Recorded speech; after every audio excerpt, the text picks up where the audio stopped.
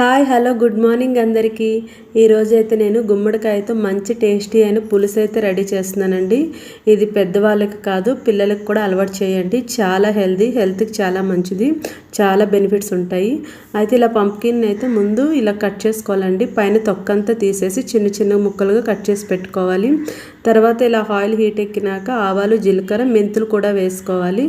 అవి కాస్త ఫ్రై అయినాక ఆనియన్స్ వేసుకొని అల్లం వెల్లుల్లి పేస్ట్ వేసుకొని బాగా ఫ్రై చేసుకొని ఈ పంప్కిన్ పీసెస్ అన్నీ యాడ్ చేసుకొని కాస్త హై ఫ్లేమ్లో ఇలా కలుపుకోవాలి. తర్వాత ఉప్పు, పసుపు వేసుకొని మగ్గనివ్వాలి.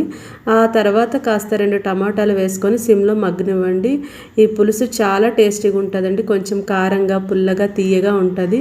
తగినంత కారం, ధనియాల జీలకర్ర పొడి వేసి కాసేపు మగ్గనిచ్చి ఇలా చింతపండు రసాన్ని అయితే వేసుకోవాలి. ఇప్పుడు ఈ పులుసు మరుగుతున్నప్పుడైతే బెల్లం యాడ్ చేసుకోండి. బెల్లం తప్పకుండా వేసుకోండి. తర్వాత జీలకర్ర, మెంతుల పొడి ఇలా ఇంకా